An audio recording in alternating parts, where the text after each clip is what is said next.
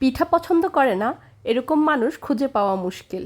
ছোট বড় সকলেই কিন্তু পিঠা খেতে খুবই পছন্দ করে। আর পিঠার মধ্যে মুগ পাক্কন পিঠা তো হচ্ছে খুবই রাজকীয় একটা পিঠা। Hello everyone, welcome to my new another video. কেমন আছেন সবাই?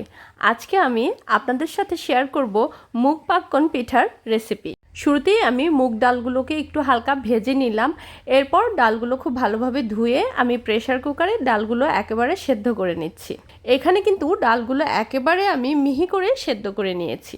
ডালগুলো যখন আমি সেদ্ধ করতে দিয়েছি তখন কিন্তু আমি পানির পরিমাণটা একটু বেশি দিয়েছি, যাতে করে আমি পিঠার ডোটা খুব ভালোভাবে বানাতে পারি। এখানে আমি 2 কাপ ময়দা আর 1 কাপ চালের গুঁড়ো দিয়ে দিয়েছি। এইটা দিয়ে কিন্তু খুব ভালোভাবে আমি পিঠার জন্য ডোটা তৈরি করব। পিঠার ডোটা বানানোর জন্য আমি অল্প অল্প পানি দিয়ে প্রথমে ডোটাকে খুব ভালোভাবে নরম করে তৈরি করে নেব। এরপর ডোয়ের মধ্যে আমি ঘি দিয়ে নেব। আপনারা চাইলে তেলও দিতে পারেন। আমি ঘি দিয়ে কিন্তু ডোটা একদম সফট করে বানিয়ে নিচ্ছি।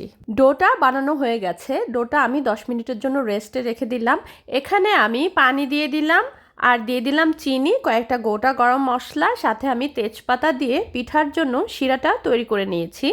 পিঠার জন্য যে শিরাটা আমি বানিয়েছিলাম সেটা কিন্তু হালকা আঠা আঠা যখন হয়েছে তখনই কিন্তু আমি নামিয়ে নিয়েছি, তা না হলে কিন্তু পিঠার মধ্যে শিরাটা ঢুকবে না। এখন আমি পিঠাগুলো সব বানিয়ে নিচ্ছি। আপনারা যে যেমন ডিজাইন পছন্দ করেন সেভাবে কিন্তু পিঠাটা বানাতে পারেন। মুগ পাক্কন বানানোর জন্য পিঠার যে ডোটা ওইটা যদি খুব ভালোভাবে হয় তাহলে কিন্তু পিঠাগুলো বানাতে খুব সুবিধা হয়, এবং পিঠাটা যখন ভাজা হবে তখন কিন্তু পিঠাটা উপরটা অনেক বেশি ক্রিস্পি হবে এবং ভিতরটা অনেক বেশি সফট হবে। ভোলার খুবই পুরনো এবং ঐতিহ্যবাহী পিঠার মধ্যে মুগ পাক্কন হচ্ছে অন্যতম। আমি কিন্তু পিঠাটা বিভিন্ন ডিজাইন দিয়ে বানিয়ে নিয়েছি। আপনারা চাইলে একই রকম করেও সবগুলো পিঠা বানাতে পারেন। আমার কাছে মুগ পাক্কন পিঠাটা বিভিন্ন ডিজাইনেই কিন্তু খুব সুন্দর লাগে দেখতে।